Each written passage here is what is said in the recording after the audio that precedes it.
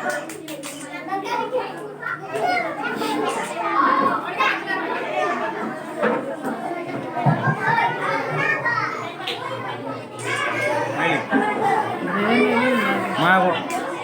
Video' কৰি আছে ভিডিঅ'হে কৰিব গ'লে অলপ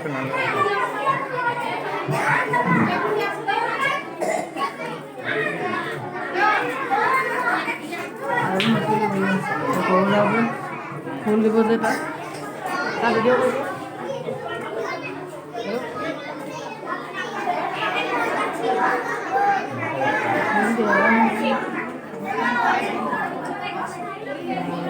ভিডিঅ' কৰি আছে ন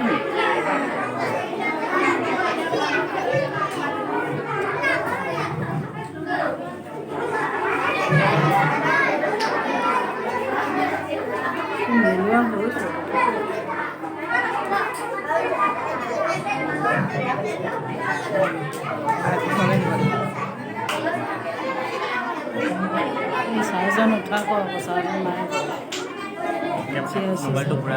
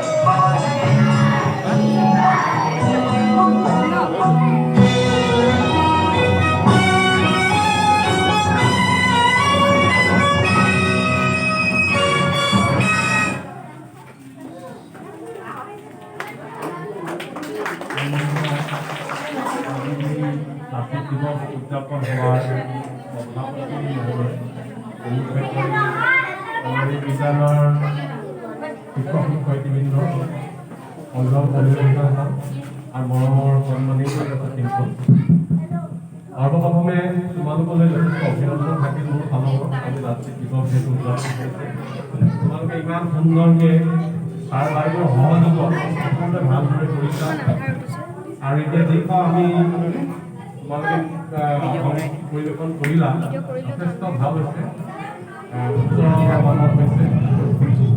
আৰু মোৰ আশা থাকে তোমালোকে সদায় যাতে এনেধৰণে আগবাঢ়ি যোৱা। মই এটা ইয়াৰ মাজতে এটা বিশেষ কথা ক'বলৈ আগবাঢ়িছোঁ। আমাৰ কাম যথেষ্ট বাঢ়িছে। মই অতি সোনকালে আহিবলৈ 9টা বজাতে আমি ডিচি ছাৰে মাতিছে, তালৈ যাবলগীয়া হ'ল। আকৌ এতিয়া অলপ সময় মই ইয়ালৈ আহিছোঁ, আহি মই এতিয়া আকৌ ইয়াৰ পৰা গৈ তাত যাব লাগিব।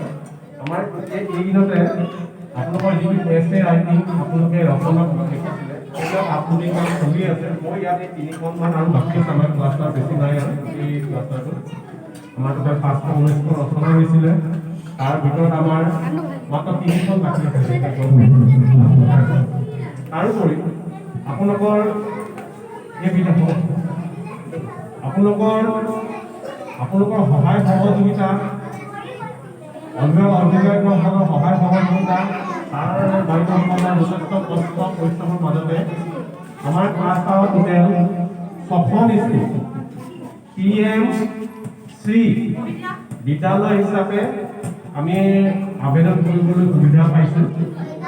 তাৰ ভিতৰত আপোনালোকৰ মধুবনী স্কুলখনো এখন। আমি এইখনৰ যোগেদি যদি আমাৰ 17,000খন স্কুল চিলেক্ট কৰিব ডাইৰেক্ট চেণ্ট্ৰেলৰ ফালৰ পৰা, যদি আমি তেনেকৈ এই বস্তুখিনি পাই যাওঁ, তাৰ মাজতো আমাৰ যিটো নাম আবেদন কৰিবলৈ আমাৰ সফল আহিছে, এই সফলতা যদি আমি পাই যাওঁ যথেষ্ট ভাল হ'ব। ওপৰৰ ফালৰ পৰা আমাৰ ডাইৰেক্ট চেণ্ট্ৰেলৰ ফালৰ পৰা এইটো বৰ্তমান কৰিব বুলি শুনিছোঁ। সেই ফালৰ পৰা আমাৰ নিৰ্দিষ্ট কিছুমান কাম দিব যদি আমি পাৰোঁ। আৰু যদিও আমি নাপাওঁগৈ, তথাপি আপোনালোকৰ এই সহায় সহযোগিতা সদায় মোৰ আশা থাকিব। এতিয়া মই বিশেষভাৱে আমাৰ ছাত্ৰ ছাত্ৰীসকলক ক'ব বিচাৰোঁ, তোমালোকে দেখিছাই আজি আমাৰ সমগ্ৰ দেশতে এই লাচিত দিৱসটো উলহ মালহেৰে উদযাপন কৰা হৈছে। কিয় বাৰু জানানে? তেওঁলোকৰ লাচিত বীৰ এজন বীৰ যোদ্ধা। আমি তেওঁৰ যিটো মূল মন্ত্ৰ, তেওঁৰ সাহস, তেওঁৰ ত্যাগ, তেওঁৰ দেশপ্ৰেম, তেওঁৰ নিৰ্ভীকতা, এইখিনি আমি সকলোৱে আদৰ্শ হিচাপে গ্ৰহণ কৰিব লাগে। যিকোনো পৰিৱেশ, যিকোনো পৰিস্থিতিতে আমি ভাগি পৰিব নালাগে, যেনেকুৱাই নহয়। মই এতিয়া গোটেইখিনি ক'বলৈ নাযাওঁ, তোমালোকে সকলোৱে জানা যে কেনেধৰণে তেখেতে শৰাইঘাটৰ যুদ্ধত আমাক জয়ী কৰি মোগলৰ হাতৰ পৰা আমাৰ অসমখন ৰক্ষা কৰিছে। সকলো ফালৰ পৰাই আমাৰ গোটেই দেশখন মোগলে টানি ধৰিছিলে, কিন্তু শৰাইঘাটৰ যুদ্ধত কি হৈছিলে? তেখেতৰ নেতৃত্বৰ কাৰণে এখন মৰিয়া গাৰে যুঁজ দিও তেখেতৰ আত্মবল, আত্মনিৰ্ভৰশীলতা, সক্ৰিয়তা, এইবোৰ গুণৰ যোগেদি তেখেতে যুদ্ধত জয়ী হৈ আমাৰ অসমখন সুৰক্ষিত কৰি ৰাখিছিল। গতিকে ঠিক তেনেধৰণে তেওঁলোকৰ যিটো আদৰ্শ, তেওঁৰ যিটো আদৰ্শ, সেই আদৰ্শকে তোমালোকে সকলোৱে আগত ৰাখি কাম কৰি যাব বুলি মোৰ আশা থাকিল। আৰু কিবা যদি তোমালোকৰ বুজাত অসুবিধা হয়, তেতিয়াহ'লে ছাৰ বাইদেউসকলক সুধিবা। আমি যিকোনো কাম কৰিলেও সেই কামৰ মূল উদ্দেশ্যটো কি, সেইটো আদৰ্শটো কি, সেইটো আমি ল'ব লাগে। আমি উদযাপন কৰিছোঁ, হয় ভালকৈ কৰি আছে, তেওঁলোকৰ যিটো ভাল গুণাগুণ, যিখিনি কৰ্মৰাজিয়ে আমাক ভৱিষ্যতে আগুৱাই নিব, আমাক ভাল মানুহ হিচাপে গঢ় দিব, এজন সুসন্তান হিচাপে ৰাখিব, এইখিনি আমাৰ লক্ষ্য ৰাখি কৰিব লাগিব।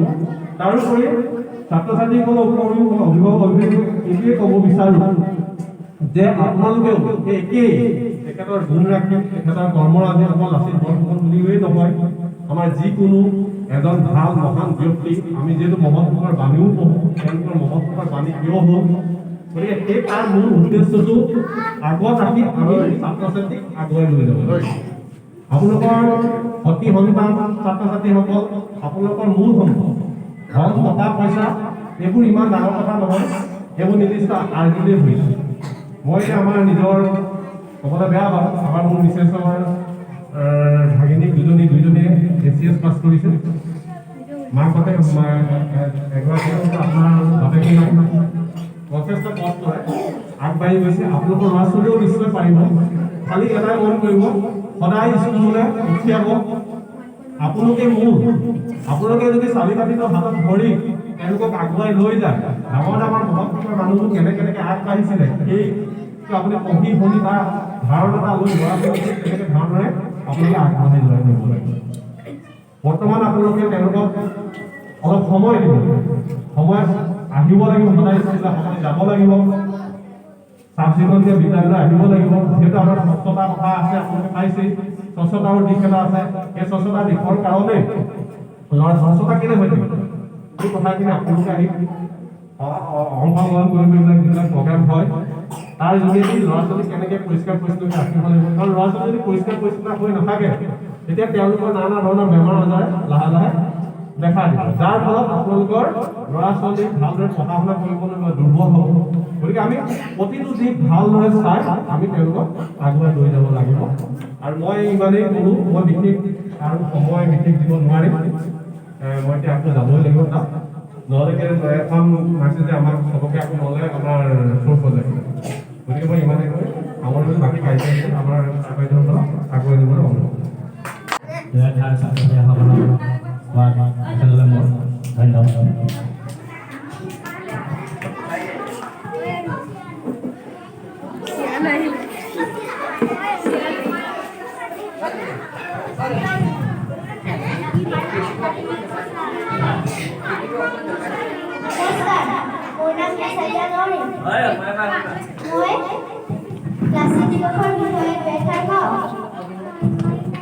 এই সভাত উপস্থিত থকা মোৰ শ্ৰদ্ধাৰ শিক্ষাগুৰুসকল আৰু মোৰ মৰমৰ ভাতৃ আৰু বন্ধু বান্ধৱীসকল আৰু ইয়াত উপস্থিত থকা অতিথিবৃন্দসকল, পোনপ্ৰথমে মই সকলোকে লাচিত দিৱসৰ শুভেচ্ছা জ্ঞাপন কৰিলোঁ। লাচিত বৰফুকন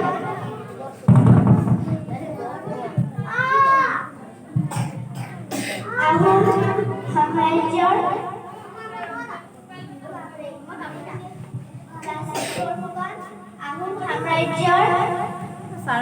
এগৰাকী মহান যোদ্ধা তথা মহাবীৰ আছিল। তেওঁৰ ১৬২২ চনৰ ২৪ নৱেম্বৰ তাৰিখে শিৱসাগৰত জন্ম হৈছিল। তেখেতৰ পিতৃৰ নাম আছিল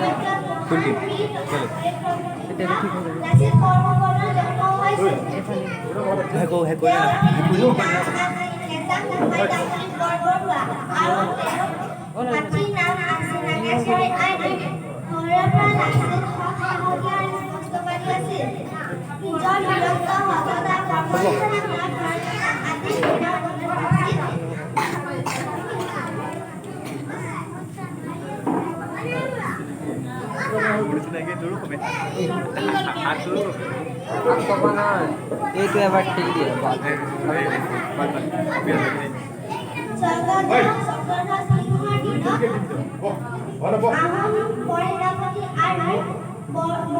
পদবী লাভ কৰিছিল। ১৬৭১ চনত বিখ্যাত শৰাইঘাটৰ যুদ্ধত তেখেত সেনাপতি আছিল। ১৬৭২ চনত এই মহান যোদ্ধাগৰাকীৰ মৃত্যু হয়। অসমীয়া জাতিৰ গৌৰৱ তথা স্বাভিমান লাচিত বৰফুকনক স্মৰণ কৰাৰ লগতে প্ৰত্যেক বছৰে ২৪ নৱেম্বৰ আজিৰ দিনটোৱেই লাচিত দিৱস হিচাপে পালন কৰা হয়। ইয়াকে কয় নগৰবোৰ চমু তথা মোৰ মনৰ ছাত্ৰ ছাত্ৰীসকল, আজি লাচিত দিৱস আমি সকলোৱে জানো। লাচিতৰ বিষয়ে দুআষাৰ সকলোৱে কৈছে, মই ক'বলৈ লৈছোঁ। 1622 চনৰ 24 নৱেম্বৰ তাৰিখে শিৱসাগৰ জিলাত লাচিত বৰফুকনৰ জন্ম হৈছিল। লাচিত বৰফুকনৰ দেউতাকৰ নাম আছিল মোমাই তামুলী বৰবৰুৱা আৰু মাতৃৰ নাম আছিল নাগেশ্বৰ। তেওঁ যথেষ্ট সাহসী আছিল। তেওঁ কেইবাটাও পদবী লাভ কৰিছিল। তেওঁ প্ৰথমে মাছলি ল'ৰা পদবী লাভ কৰিছে, তাৰপিছত বুঢ়া বৰুৱা, মলমপুৰীয়া বৰুৱা, মধুপুৰীয়া পদবী আদি লাভ কৰিছিল।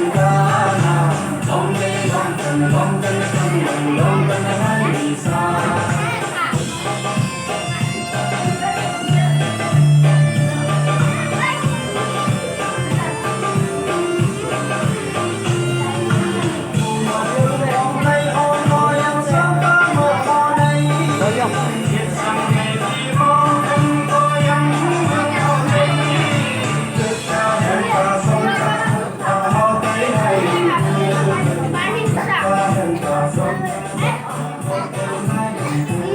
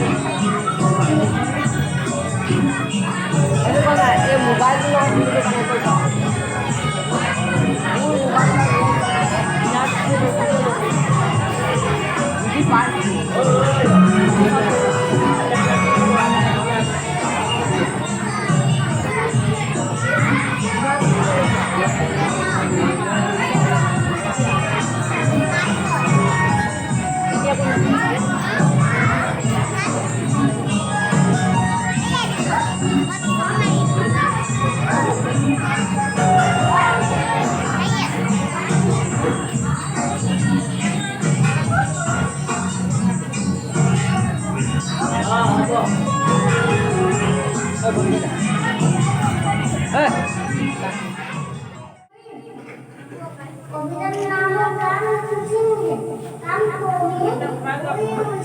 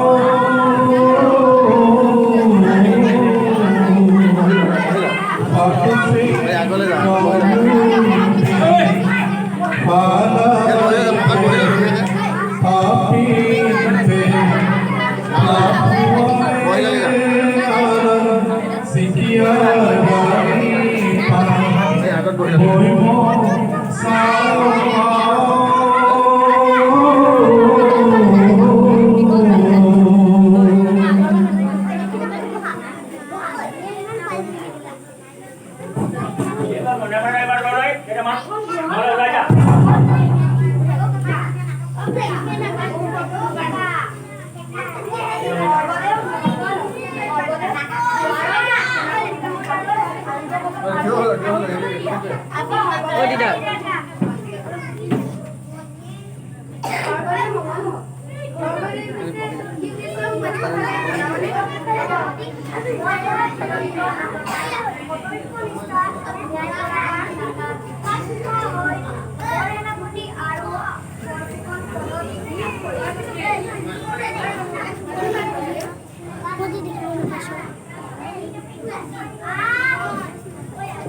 Atau dia teman kayak.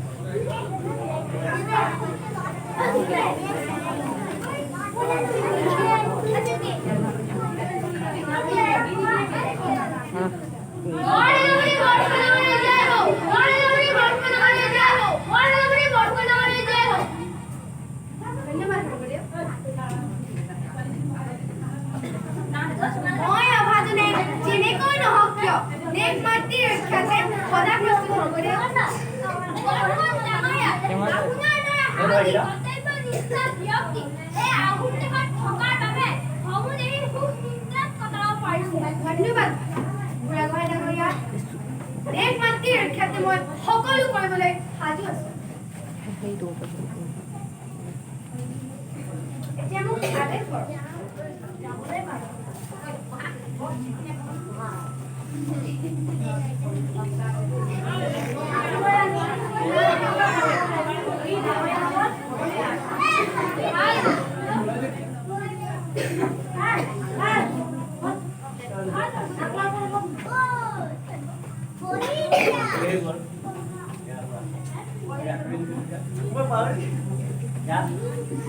আৰু ল'ৰাকেইটাক তোমালোকে মনে মনে লাগিবা দেই। চাইডত সেই ভাইটিৰ ওচৰত গৈ পিনে বহা সেই ভাইটিৰ ওচৰত দেখিবলৈ পাম সেই ভাইটিৰ ওচৰত সেই ৰিচানৰ ওচৰত গৈ বহা সেইটো চাইডে বেয়া দেখাই যে বেয়া দেখাই নহয় মানুহ এইটো কোন ফাৰহাজ নি ফাৰহাজ আফৰাজ আফৰাজ অন চাইডে চাইডে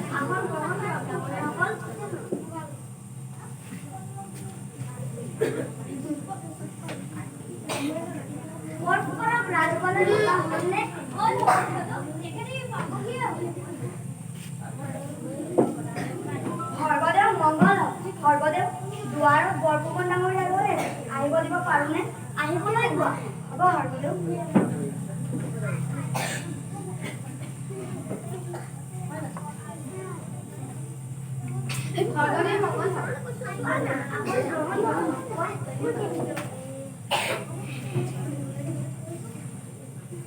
স্বাংশ্বৰ মতে মংডংসং কামত আক্ৰমণিত মুছলমান সেনাপতি ৰাম সিংহই পৰিকল্পনা কৰিছে আৰু তেওঁলোক ইতিমধ্যে গুৱাহাটীৰ নিজেই কাষতে বাহাৰ পাতি ৰৈছে গতিকে ৰাম সিংহক বাধা দিয়াৰ তোমাক দায়িত্ব অৰ্পণ কৰিছো মোক আদেশ কৰক যাবলৈ পাৰা পিছে তুমি কেনেদৰে আগবাঢ়িম বুলি ভাবিছা মুছলমান সৈন্য গুৱাহাটী শৰাইঘাটৰ উঠাৰ আগতে আমি ব্যৱস্থা কৰিব লাগিব মুছলমান সৈন্য গুৱাহাটী অহাৰ আগতে তাত আমি গড় নিৰ্মাণ কৰিব তোমাৰ এনেবোৰ কথাই মোক সাহসী হোৱাত প্ৰেৰণা যোগায় বৰফুকন পিছে কথা পাতি থাকিলে বিলম্ব হৈ যাব যি কৰা শীঘ্ৰে কৰা সৰ্বদেৱ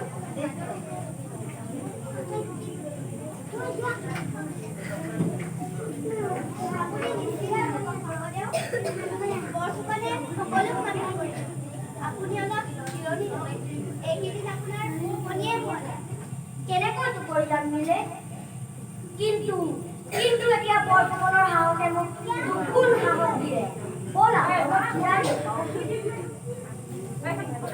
আজিলৈ ইমানতে হ'বা বৰফুকন ডাঙৰীয়াসকল ভাল মোবাইলটো নহয় এইটো কাৰ হয় দি দিয়া তুমি বহা তুমি দি দিয়া আৰু বহা মুছলমান সৈন্য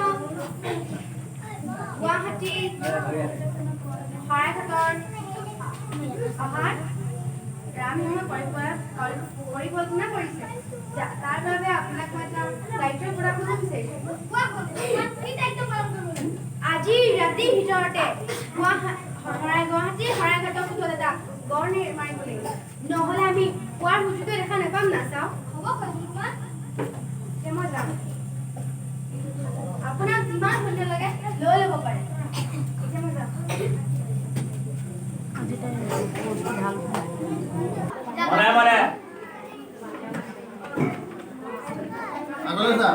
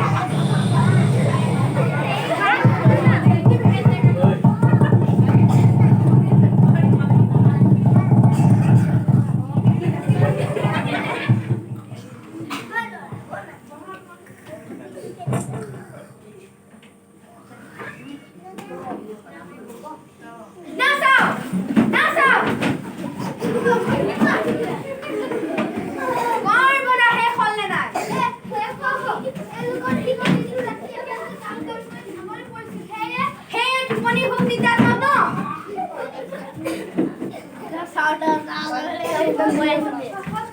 কেতিয়াও হ'ব নোৱাৰে মং দুং সুখামৰ মাটি তেনে মানুহৰ কোনো প্ৰয়োজন নাই যি দুৰৱস্থা গুচি যাব পাৰে তেনে মানুহৰ কোনো প্ৰয়োজন নাই মং দুং সুখামটো মোৰ আশা ডাঙৰ হ'ব নোৱাৰে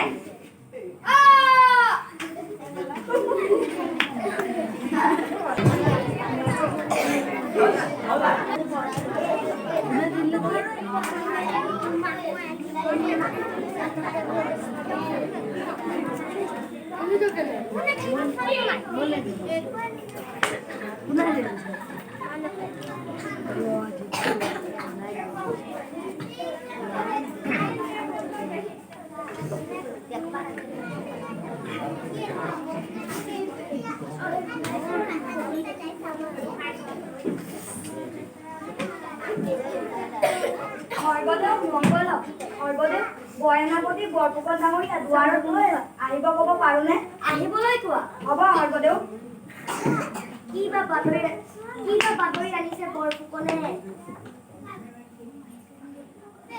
মোৰ ধৈৰ্য্যৰ বান্ধ ছিঙি গৈছে কি বা বাতৰি আনিছে বৰফুকনে আনিছে এতিয়া ভাল খবৰে আনিব সৰ্বদেৱ নিশ্চিন্ত হ'ব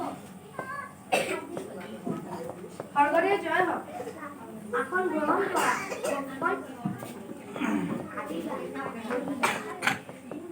আৰু কোৱা কি বাতৰি আনিছা বহুতো বিঘ্ন মৃত্যু আৰু হাহাকাৰ ফলত মংডুং চুংখামৰ সফল হোৱাত ৰক্ষা কৰাত সফল হৈছে কিন্তু হতৰূপ উভতি যাবলৈ বাধ্য কৰা হ'ল বাহ বৰফুকন তোমাৰ সাহস আৰু বুদ্ধিমত্তাৰ শলাগ নলয় নোৱাৰি তুমি ভৱিষ্যত মংলুং চুংখামৰ বৰ্জিত জিলিকি থাকিবা ধন্য মোৰ মংলুং চুংখাম তোমাৰ কোলাতে এই বীৰ পুৰুষৰ জন্ম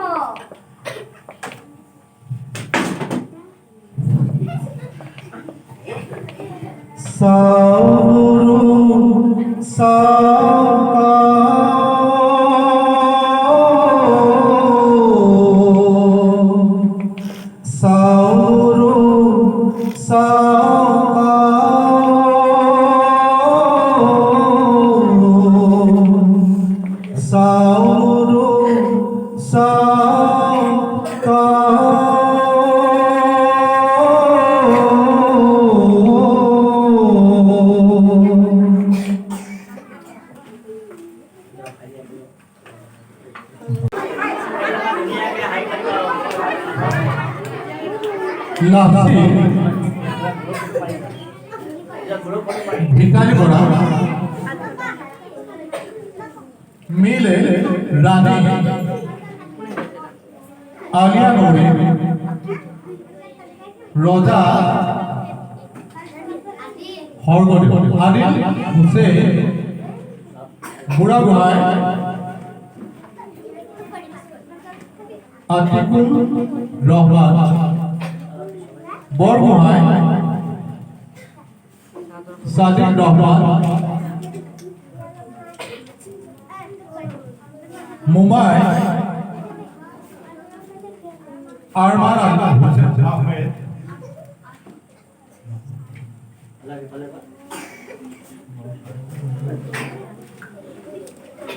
প্ৰহৰী দুয়াৰি ৰিহান আলী লিগিৰি ক্ৰমে জেনিফা বেগম দৈবায়ানা আৰু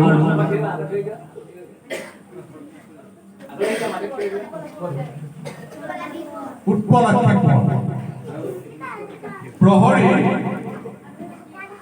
প্ৰহৰী নহয় এয়া হ'ল সৈন্য বাহিনী সেনা বাহিনী তেওঁলোক এয়া হৈছে কৌশিক গগৈ এয়া হৈছে তন্ময় গগৈ এয়া হৈছে অজিত চক্ৰৱৰ্তী এয়া হৈছে ইমৰান হুছেইন জয়দেৱ ৰাজপুত কিনাৰ পৰা আহিলে এয়া হৈছে বিটু ৰায় আৰু আয়া হক আৰু আটাইতকৈ ডাঙৰ কথা আমাৰ মঞ্চত যিসকলে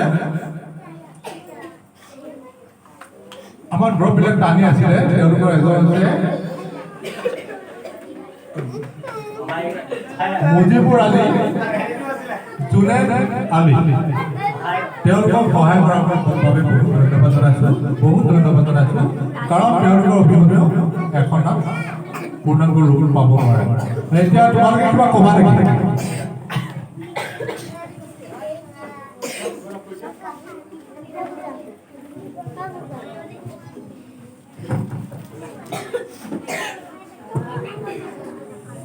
নমস্কাৰ আমাৰ এই নাটকখন লাচিত দিৱসৰ ওপৰত কৰা হৈছিলে আৰু এই নাটকখন আমাৰ নাটকৰ গুৰু হৈছে অমৰজ্যোতি গগৈ ছাৰ আৰু আমাক আমিত ছাৰ বহুতো কৰ্মী আমাক বহুত সহায় কৰিছে সেইকাৰণে সকলোকে ধন্যবাদ জ্ঞাপন কৰিছোঁ নাটকখনে বহুত স্তুতি হৈ গৈছে ইয়াৰ বাবে আপোনালোক কি হলো সকলোকে ইমানতে মই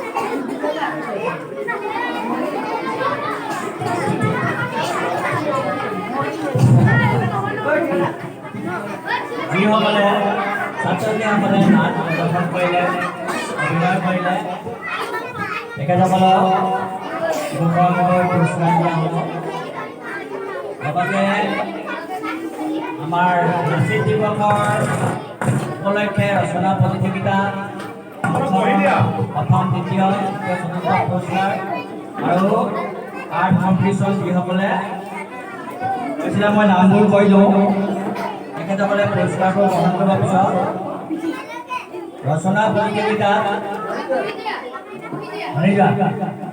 প্ৰথম স্থান হৈছিলে আলিয়া লৌৰী দ্বিতীয় আদিল হুছেইন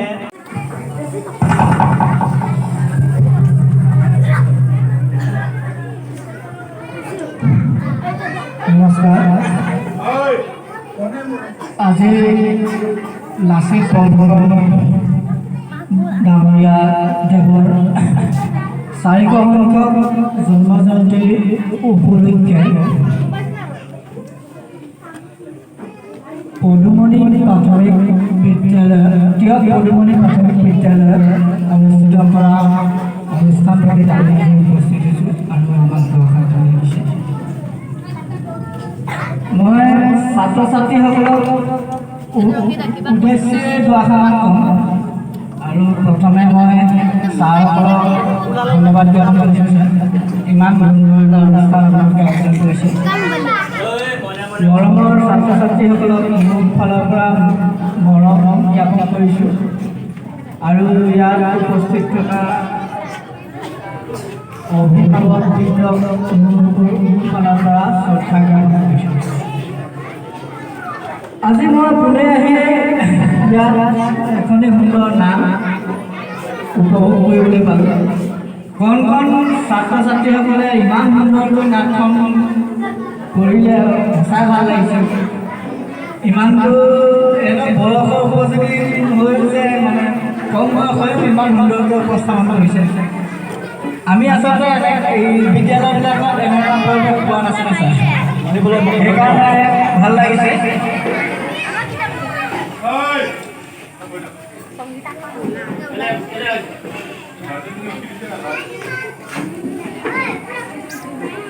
ইয়াত তোমালোকে নাটকখন চালা নাটকখনত তোমালোকে দেখিলা যে লাচিত বৰফুকনৰ মোমায়েকক এটা গড় বান্ধিবলৈ দিয়া হৈছে আৰু গড়টো বান্ধি থাকোঁতে লাচিত বৰফুকনৰ মোমায়েকে ক'লে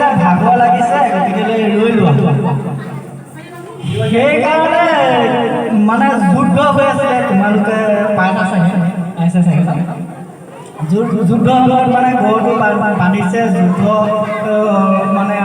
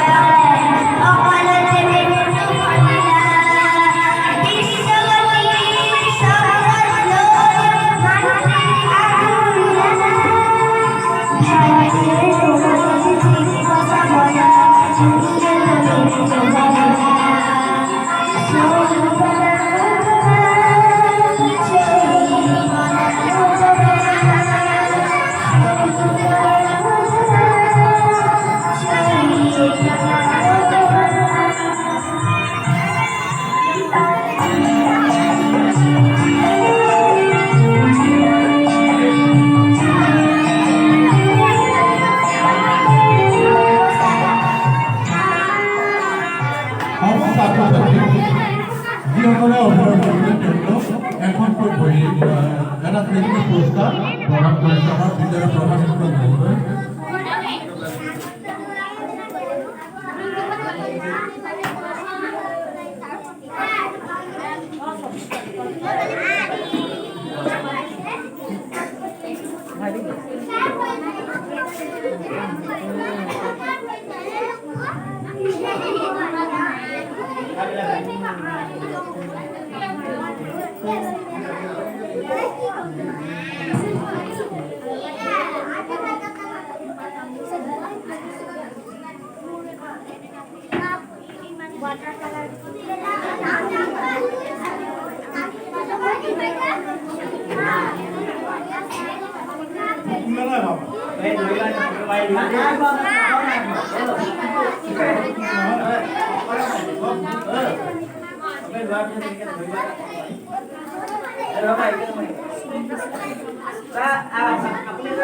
Oi.